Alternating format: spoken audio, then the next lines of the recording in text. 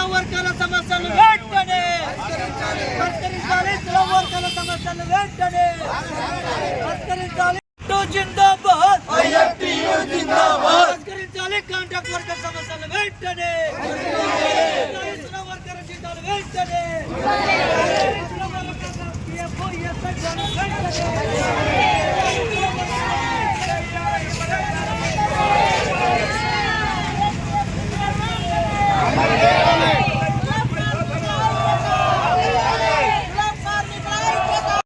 వర్కర్లకు PF SI bonus వెంటనే.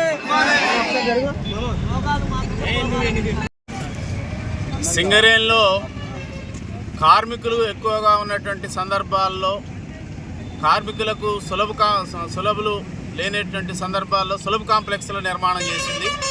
ఈ భూమి కానీ నీళ్లు కానీ కరెంటు కానీ అంతా కూడా సింగరేణి యాజమాన్యం ఇస్తూ ఉంది.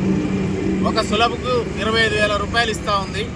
కానీ వాళ్ళ సులభ ఇంటర్నేషనల్ సంస్థ స్వచ్ఛంద సంస్థ పేరుతోటి కేవలం కార్మికులకు 15,000 రూపాయలు ఇచ్చి ఒక్కొక్క సులభ దగ్గర 9,000 రూపాయలు లాభం తీసుకుంటా ఉంది.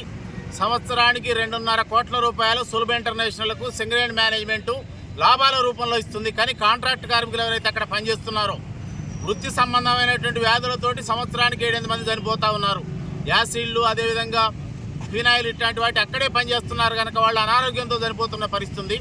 వాళ్ళ సంక్షేమాన్ని కూడా సింగరేణి యాజమాన్యం పట్టించుకోవట్లేదు. ఇవాళ కోట్లాది రూపాయలు వాళ్ళ కార్మికుల సంక్షేమం కోసం ఖర్చు పెడుతున్నటువంటి మేనేజ్మెంటు వాళ్ళకు పిఎఫ్ లేదు, అదేవిధంగా హాస్పిటల్ సౌకర్యం లేదు, అదేవిధంగా బోనస్ ఇవ్వలేదు. కాంట్రాక్ట్ కార్మికులందరికీ సింగరేణిలో ఇచ్చింది 2018లో. కానీ వాళ్ళకి ఇవాళ సులభ వాళ్ళకి ఇవ్వలేదు. అంటే సమాజంలో ఎవరు చేయలేనటువంటి ఒక పనిని కార్మికుల పరిశుభ్రత అదేవిధంగా కాలనీల పరిశుభ్రతను దృష్టిలో పెట్టుకొని పనిచేస్తూ ఉన్నారు. వాళ్ళ మొత్తంలో వాళ్ళ జీవితాన్ని కూడా పనంగా పెట్టి అక్కడే వాళ్ళ సులభుల దగ్గర వాళ్ళు జీవిస్తూ ఉన్నారు. ఇట్లాంటి వాళ్ళ దగ్గర కూడా ఇవాళ సింగరేణి మేనేజ్మెంట్ పై అధికారులు కొందరు సింగరేణి సులభ ఇంటర్నేషనల్ సంస్థ ఇద్దరు మిలాఖత్ అయి వాళ్ళ శ్రమ దోపిడీ చేస్తున్నటువంటి ఒక పరిస్థితి. కనుక మీ వాళ్ళ సింగరేణి మేనేజ్మెంట్ను కోరేటువంటిది ఒకటే, మీరు ఇవాళ 25,000 రూపాయలు సులభకి ఇస్తున్నారు, కార్మికులకు 15,000 ఇస్తున్నారు, మిగతా డబ్బులు వాళ్ళకి అంత పర్సంటేజ్ ఎందుకు ఇస్తున్నారు, మీరు వాళ్ళు కలిసి ఎందుకు తింటున్నారో చెప్పాల్సిన అవసరం ఉంది. కనుక మేము కోరేటువంటిది వాళ్లకు 2018 నుంచి బ్యాక్ వేజెస్తో బోనస్ను ఇవ్వాలి అనేటువంటిది. ఈఎస్ఐ అదేవిధంగా హెచ్డిఎఫ్సిలో వాళ్ళకు కూడా ఇన్సూరెన్స్ ఇవ్వాలని ఈ డిమాండ్ మీద ఇవాళ మేము ధర్నా పెట్టినాం. మీరు ఇవాళ దీన్ని అమలు చేయకపోతే మేము సింగరేణిలో భవిష్యత్తులో మీరు తీసుకునేటువంటి దందాలు ఏం చేస్తున్నారో ఇవాళ సులభ ఇంటర్నేషనల్ సంస్థ మీరు కలిసి మిలాఖత్ అయి ఇవాళ మొత్తం కూడా పర్సంటేజ్ దీన్ని కార్మికుల పొట్టలు కొడుతూ ఉన్నారు. కార్మికులు ఎవరు చేయలేని పని చేస్తున్నటువంటి వాళ్ళ దగ్గర కూడా మీరు పొట్టలు కొడుతున్న పరిస్థితి. కనుక మీరు తక్షణం వాళ్ళ సమస్యలని పరిష్కరించాలని రేపు సచివాలయ సమావేశం ఉంది. ఈ సమావేశంలో వీళ్ళకి సంబంధించిన అన్ని డిమాండ్లు పరిష్కరించాలని కోరుతున్నాం.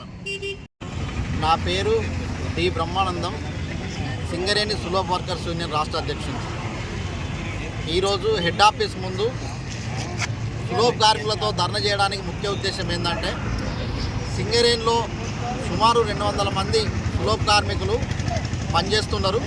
ఈ కార్మికులకు మేము గత 15-20 సంవత్సరాలుగా సింగరేణి యాజమాన్యానికి అనేక సార్లు కలిసి రిప్రజెంటేషన్ చేయడం అనేది జరిగింది.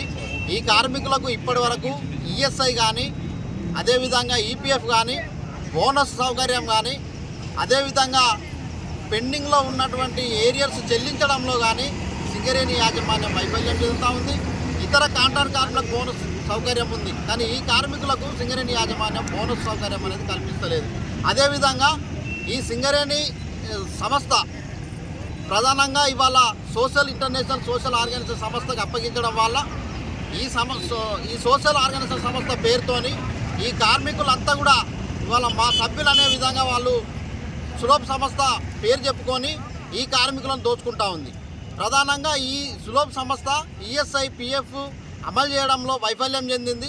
కనుక సింగరేణి యాజమాన్యానికి మేము తెలియపరిచేది ఏంటంటే, అవసరమైతే సింగరేణి సోషల్ ఆర్గనైజేషన్ సర్వీస్ సంస్థని రద్దు చేయాలని మేము డిమాండ్ చేస్తూ ఉన్నాం.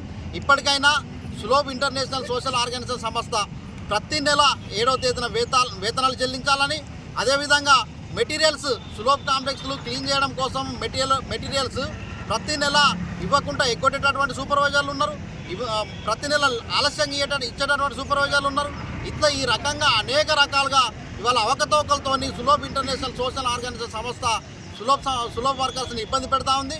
కనుక ఇప్పటికీ ఈ సులభ్ సంస్థలో పనిచేసే కాంట్రాక్ట్ కార్మికులకు హక్కులు సౌకర్యాలు కల్పించకపోతే Singareni colonies contract workers union, Singareni Sulabh workers union IFT ఆధ్వర్యంలో పెద్ద ఎత్తున పోరాటాలు చేయాల్సి వస్తుందని చెప్పేసి ఈ సందర్భంగా తెలియపరుస్తుంది.